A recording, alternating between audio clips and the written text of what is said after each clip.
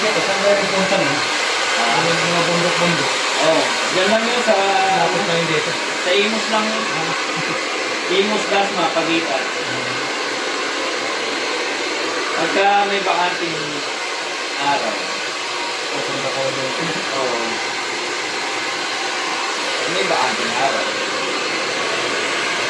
Marami pa yun. Oo. Isa na. Di ba pa?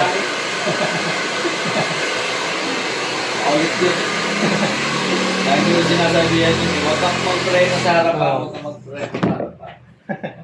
Sige pa rin siya hawak ng preno sa unahan. Ayun. Mali. Ulit.